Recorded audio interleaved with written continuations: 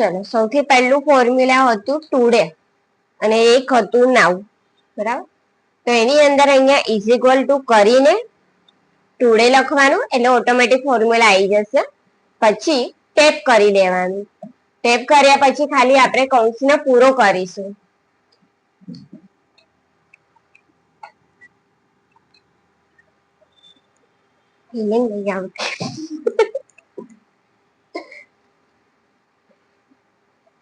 અહીંયા કૌંસ પૂરો કરી દેવાનો અને એન્ટર.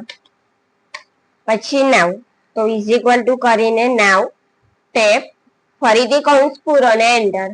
એટલે તમને ડેટ પણ મળી જશે અને ટાઈમ પણ મળી જશે. બીજું કયું હતું? સ્મોલ લઈ લો. સ્મોલ ની અંદર અહીંયા નેમ અને માર્ક્સ. તો ફોર એક્ઝામ્પલ સોનું પ્રતીક. અહીંયા મેં લખી દઉં 34 અને અહીંયા લખી દઉં 65. હવે અહીંયા સૌથી નાની વેલ્યુ તો હવે આટલા 2 માર્ક્સમાં ખબર જ છે આપણને 34 જ છે, બરાબર. પણ ફોર્મ્યુલા વાઇઝ આપણે જો જોઈએ તો ઇઝ ઇક્વલ ટુ કરીને સ્મોલ કૌંસ કરવાનો, એરીની અંદર 34 થી લઈને 65 એટલે કે તમારા જેટલા માર્ક્સ હોય એ સિલેક્ટ કરી દેવાનું. સિલેક્ટ કરીને કોમા અને અહીંયા આપણે લખીશું 1 કૌંસ પૂરો ને એન્ટર, બરાબર. 1 એટલે કે ક્રમ આપ્યો પહેલા નંબરની વેલ્યુ એમ, સૌથી નાનામાં નાની. સેકન્ડ નંબર અહીંયા લેશો એટલે કે 2 તો તમને 65 મળી જશે, બરાબર. ચલો એવી જ રીતે હતું લાર્જ. તો અહીંયા લઈ લઈએ લાર્જ. આની અંદર બી મેં આ બે નો યુઝ કરું અને કોપી કરી દઈશ. કોપી કરવા માટે કંટ્રોલ સી, અહીંયા એને કંટ્રોલ વી. લાર્જમાં be almost same, is equal to કરીને લાર્જ, અહીંયા માર્ક સિલેક્ટ, કોમા એન 1 કૌંસ પૂરો ને એન્ટર. આ મોટી વેલ્યુ, બરાબર. પછી હતું પાવર, જે આપણામાં બહુ જ હોય છે.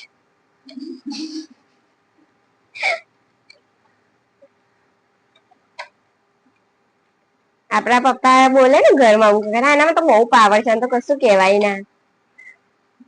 છોકરીઓને વધારે સાંભળવાનું હોય છે.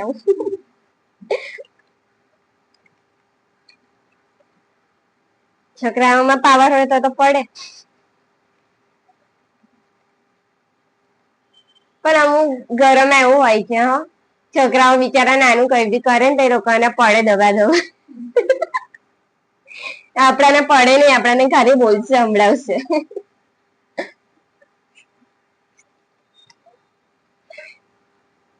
ચલો અહીંયા ઇઝ ઇક્વલ ટુ કરીને પાવર, અહીંયા ટેબ, અહીંયા 2 સિલેક્ટ કરવાનું, કોમા કરીને સિલેક્ટ કરવાનું 4 કૌંસ પૂરો ને એન્ટર. એટલે એનો આન્સર 2 ને ટોટલ 4 ટાઈમ આપણે મલ્ટીપ્લાય કરીએ તો આન્સર શું આવે એના માટે જ. જો આનું એક્ઝામ્પલ અહીં બતાડું, ઇઝ ઇક્વલ ટુ કરીને મેં અહીંયા 2 સિલેક્ટ કરીશ અને મલ્ટીપ્લાય કરીશ ટોટલ 4 વખત. જો આ second time multiply, third time multiply અને આ 4 એન એન્ટર, બરાબર. આવું તમે કેલ્ક્યુલેટ કરો ને તો તમને આ રીતેનો આન્સર મળશે. પછી આને કરી દો અહીંયાથી સ્ક્રોલ. એવી જ રીતે હતું રાઉન્ડ.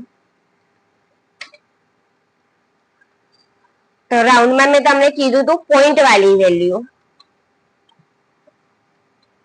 તો પાછળની જે પોઈન્ટ વાળી વેલ્યુ છે એને આપણે સમજવાની છે.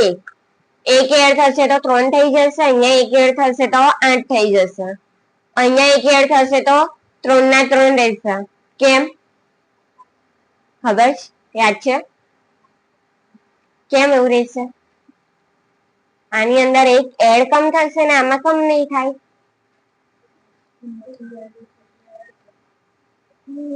સૃષ્ટિનું જ આવડે છે ખાલી. બધાને આવડે છે પણ બધા બોલતા કમ નહીં. લા બોલો ને પણ. હવે તું ના બોલતી.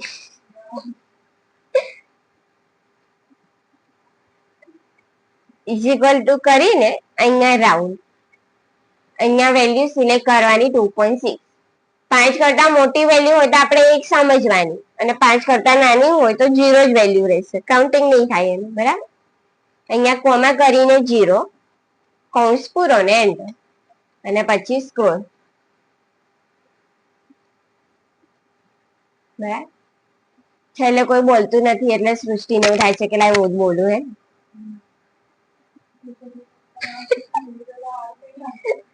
પણ કોઈ બોલતું જ નહીં, છેલ્લે તારો અવાજ આવે છે.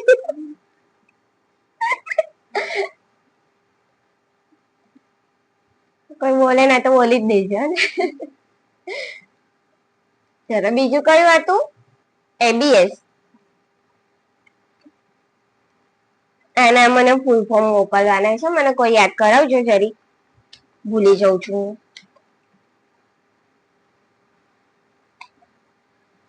જો આની અંદર ઇઝ ઇક્વલ ટુ કરીને એબીએસ 67 સિલેક્ટ કરવાનું, કૌંસ પૂરો અને ખાલી એન્ટર, વેલ્યુ સિલેક્ટ કરવાની અને પછી સ્ક્રોલ. ઓકે, ચલો હવે આગળ જઈએ નવા પર.